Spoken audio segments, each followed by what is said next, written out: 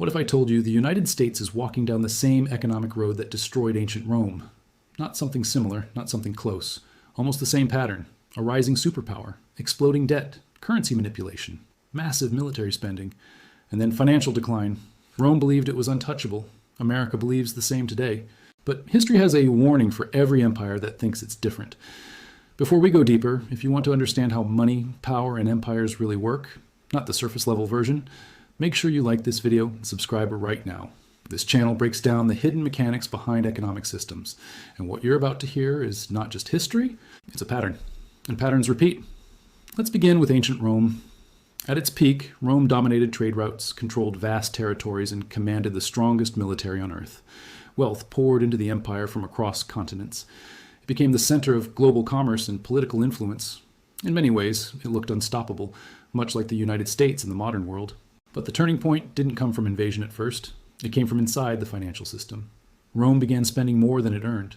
Military campaigns became expensive. Government programs expanded. Leaders promised benefits to keep the population satisfied.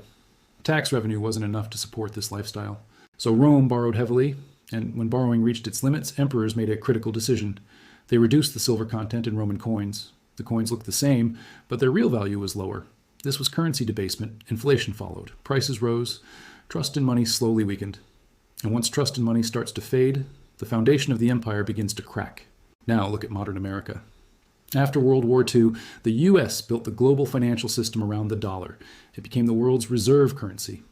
Through institutions like the Federal Reserve, the United States gained extraordinary influence over global liquidity. But over the decades, debt began to rise. Trillions were spent on wars, trillions more on financial bailouts, trillions again on stimulus programs and economic rescues. Today, U.S. national debt exceeds $30 trillion. And just like Rome, when revenue isn't enough, money creation becomes the solution. The Federal Reserve expands the money supply, liquidity increases, asset prices climb.